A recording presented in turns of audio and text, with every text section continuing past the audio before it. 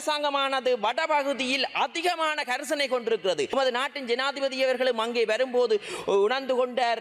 அங்கே பலரும் கூறியிருக்கிறார், அங்கே பல தொழிற்சாலைகள் உருவாக்க வேண்டும் என்று. ஏனென்றால் முன்னே அரசாங்கம் ஒரு கண்ணோட்டத்தில் தான் பார்த்தது. இப்போது நமது அரசாங்கம் எல்லா மக்களையும் ஒரே கண்ணோட்டத்தில் பார்க்கின்றது.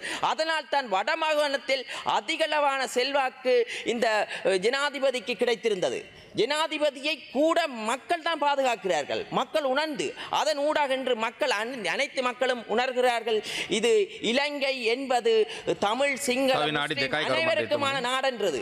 ஏனென்றால் இன்று நாடு படிப்படியாக எல்லா துறைகளிலும் முன்னேற்றத்தை ஏற்படுத்தி கொண்டு வருகிறது. ஆனால் எதிர்க்கட்சியில் இருப்பவர்கள் எம்மை பற்றி விமர்சிப்பதற்காக பல விமர்சனங்களை மக்கள் மத்தியில் கொண்டு செல்கின்றார்கள். அவர்களுக்கு விமர்சிப்பதற்கு ஏதுமில்லாத வகையில் ஏதாவது ஒரு சின்ன விஷயங்களை பயன்படுத்தி அதனூடாக விமர்சனத்தினூடாக தாங்கள் ஏதோ சாதித்தது போல் நினைக்கின்றார்கள். எம்மை பொறுத்த வரைக்கும் விமர்சனத்துக்கு எந்த வகையிலும் அஞ்சப் போவதில்லை. ஏனென்றால் மக்கள் நன்றாக உணர்வார்கள். எமது அரசாங்கத்தில் படிப்படியாக அவர்களது பொருளாதாரம் உயர்ந்து வருகிறது என்பதை எம்மை பொறுத்த வரைக்கும் அபிவிருத்தியுடன் கூடிய தனிநபர் வாழ்க்கையை முன்னேற்றுவதற்காக எமது அரசாங்கம் பயணத்தை மேற்கொண்டது.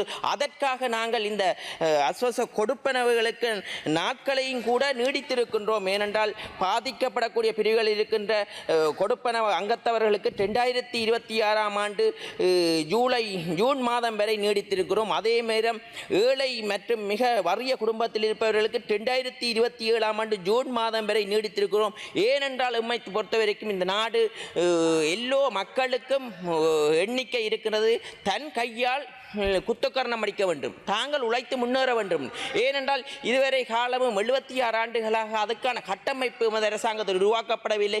இப்போது படிப்படியாக எமது அரசாங்கம் உருவாக்குகின்ற போது தனிநபர் வாழ்க்கையில் முன்னேற்றம் பெறும்போது இந்த அஸ்வச கொடுப்பனவில் இருந்து கூட மக்கள் தாங்களாயே விடுபட நினைப்பார்கள். ஏனென்றால் எல்லாருக்கும் ஆசை இருக்கிறது. கொடுப்பனங்களை பெறுவதை விட நாங்கள் உழைத்து சாப்பிட வேண்டும் என்ற எண்ணக்கருகு இருக்கிறது. அந்த வகையில் இந்த பொருளாதார முன்னேறும் மட்டும் இவ்வாறான கொடுப்பனவுகளை அதிகரிக்கணும். அந்த வகையில் நாங்கள் பாடசாலை பிள்ளைகளுக்கு கூட யாழ் மாவட்டத்தில் இந்த அஸ்வச பெறுகின்ற பாடசாலை பிள்ளைகளுக்கு 14,189 மாணவர்களுக்கு 6,000 ரூபா கொடுத்திருக்கிறோம். ஏன் அந்த மாணவர்களுக்கு இந்த 6,000 ரூபா கொடுக்கின்றோம் என்றால் பெற்றோர்களுக்கு சுமைகளை குறைக்க வேண்டும். பெற்றோர்களுக்கு சுமைகளை குறைக்கும் போது பாடசாலை பிள்ளைகள் கல்வி கற்று அவர்கள் எதிர்கால சந்ததியை சிறந்த முறையில் தங்களது பொருளாதாரத்தை உருவாக்குவதற்காக அவர்களது கல்விகளுக்காக இந்த பணத்தை கொடுக்கின்றோம்.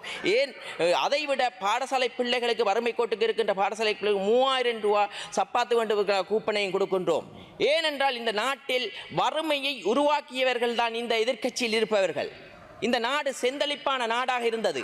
ஒரு காலத்தில் இலங்கையை பார்த்து சிங்கப்பூர் வளர்ந்தது. இன்று நாங்கள் கீழே போயிருக்கிறோம்.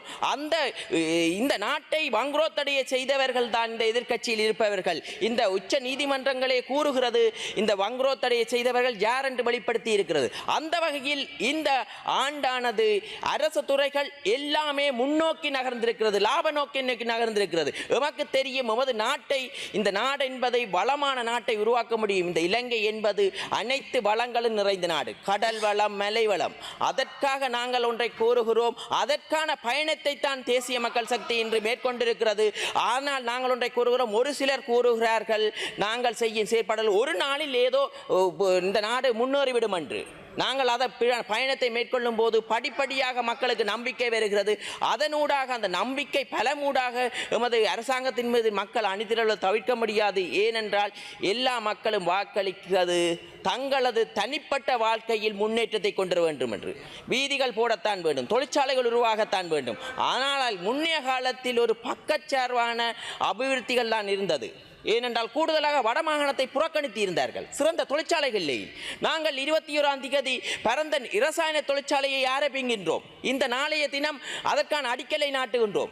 ஏனென்றால் அங்கே வடமாகாணத்தில் எந்த வகையிலும் உண்மையான தொழிற்சாலைகள் உருவாக்கப்படவில்லை, வேலைவாய்ப்பு உருவாக்கவில்லை.